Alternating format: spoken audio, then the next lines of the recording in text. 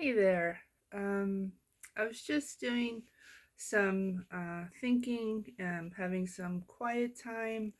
I just really value when I work my open shift that the rest of my day is very quiet. And I had some thoughts that I'd like to really share. And again, as I do with my videos that I share, I always encourage feedback, conversations.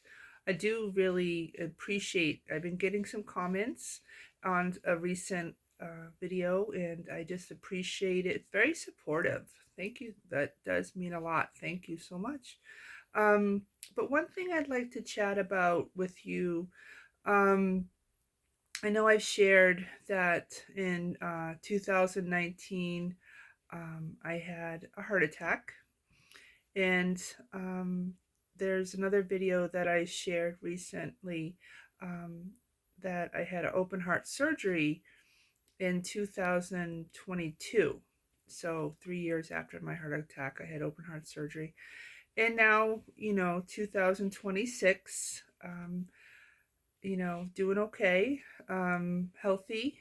Thank you. My, many blessings and a lot of good hands that were, I was working with great people, great surgeons, great doctors, all supportive. And so I think that's why, I'm doing so well today because of all the great care I had. But one thing I wanted to chat about is I do have issues with my memory. I can really, even, maybe talking with here on my videos, you could see, sometimes I have to kind of stop and search for a word. Like I can see the word, I can know the word I want to say, but then again, I have a hard time um, saying it or a hard time remembering. So I've been thinking about my memory. I've been having some tests over the last couple of years concerned about that. But I'm okay. I'm fine. I'm very, like I've said too, I'm very much an advocate for my health. Um, I've had a lot of different issues with my health throughout my whole life, and even issues after my heart attack, after my open heart surgery. If I ever feel like, I just don't want to wait and see what this is, I want to talk with someone, I want to meet with someone, urgent care and ER, and then, get tests if I need them. And, I just am always very aware of, my health, and acting on anything that, I don't feel like I understand completely, or I just want to get seen for and just get advice, medical advice. So it's just something I do. I'm very much an advocate for my health.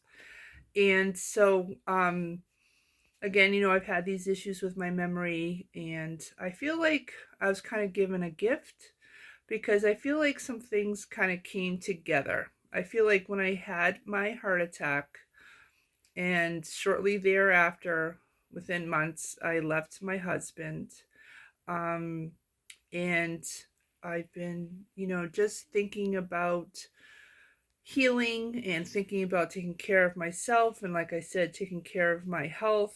But I think with the healing and with the rest, and, trying to seek, a happiness and trying to seek peace, that through all that time I was healing and healing and healing. And so I think, there's definitely something that I've been just very recently thinking about. So just to share with you, apparently very open here. I'm an open book. I don't really mind. I'm very easy going. Don't mind sharing about myself at all. So, so I had a heart attack in December of 2019, and it was a week before Christmas, exactly. And I believe by the 24th, so less than a week, I was home. Because, again, the type of um, heart attack I had, SCAD, SCAD, spontaneous coronary artery dissection. So it's a kind of heart attack where the artery dissects or splits or opens up and folds over, and that's what blocks the blood. So from there, it's a heart attack. The blood is blocked. Um, so I was thinking about, the healing process from that, but I was just remembering, like, these memories are kind of coming back to me um, very recently, and I just wanted to share with you that. So I was home before Christmas, so within a week I'm home. Again, the type of heart attack is just treated with medicine. I was on 4 different kinds of medication for a year, just to heal.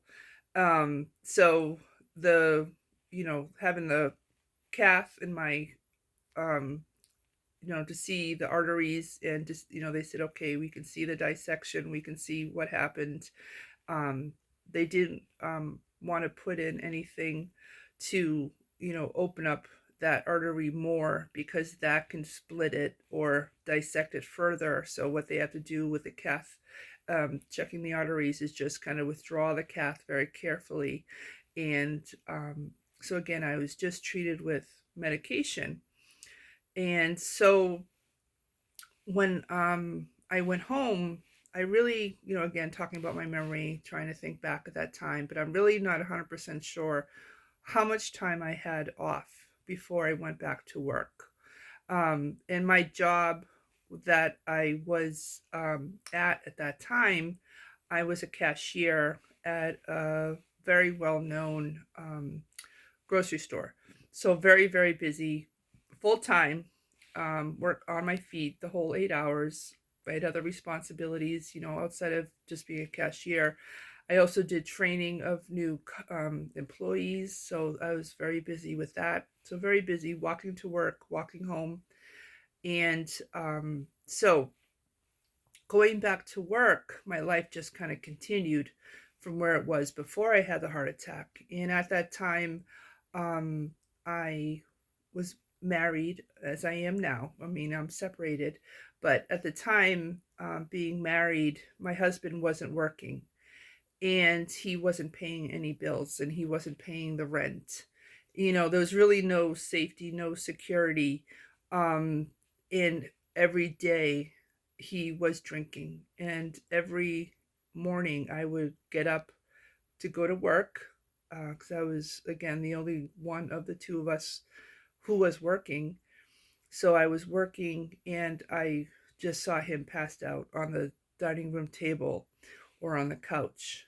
So this was my daily sight. I would come downstairs, see this, and go to work.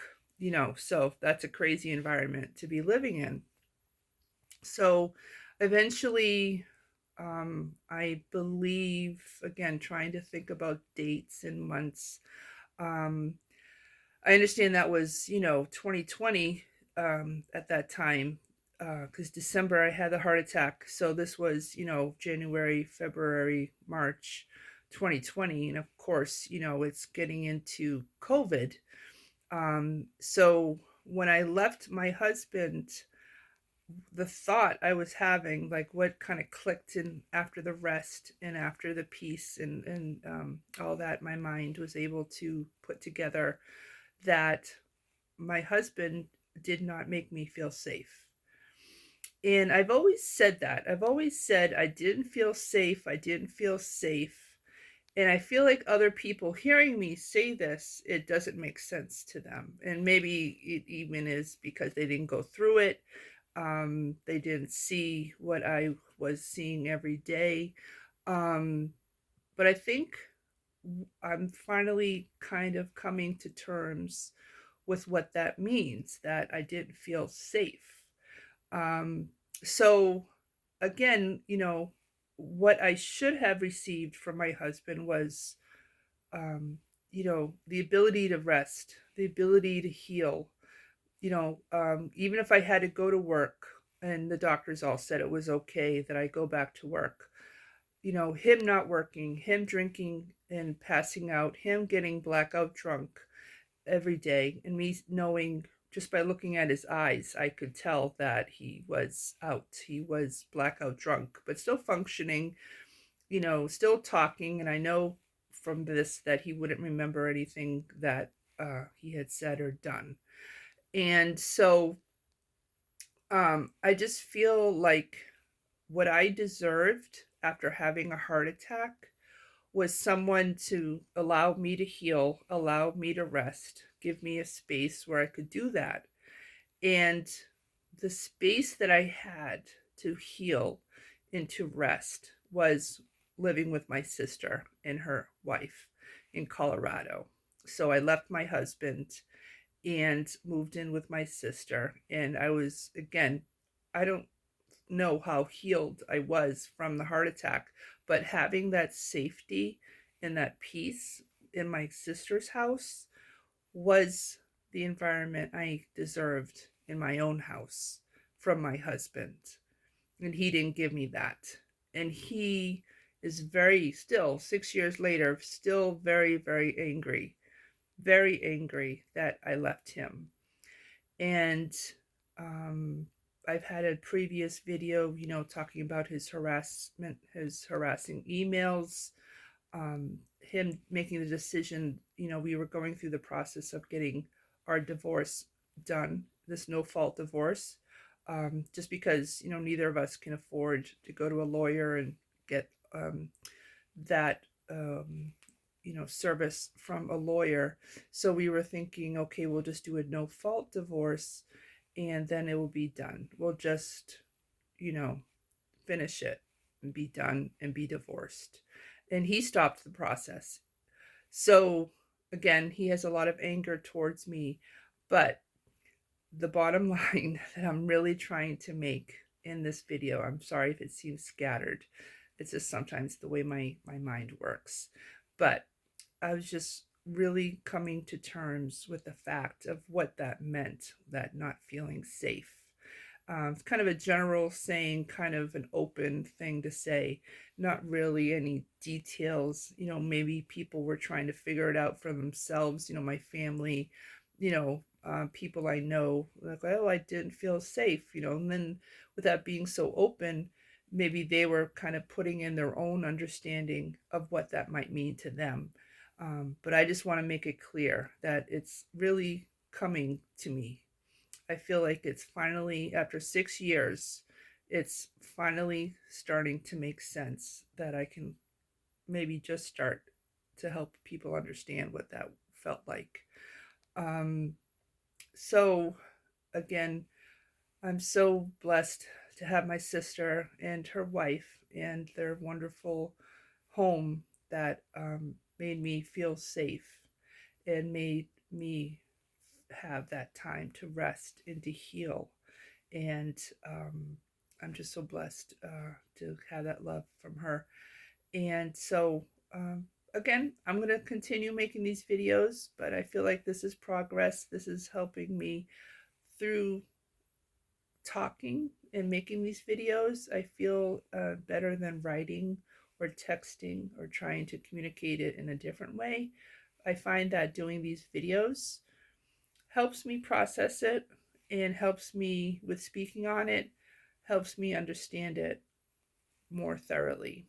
So I just really just want to say thank you, and with your patience with me and watching my videos. And I just promise to continue to share these thoughts, and because it helps me to say them out loud. Sometimes if we're in our minds, it can mean something small, but when we share it with someone, it really gives it the power it deserves. And I just want to continue being brave, and I want to continue being open and sharing with you. So I do appreciate your support.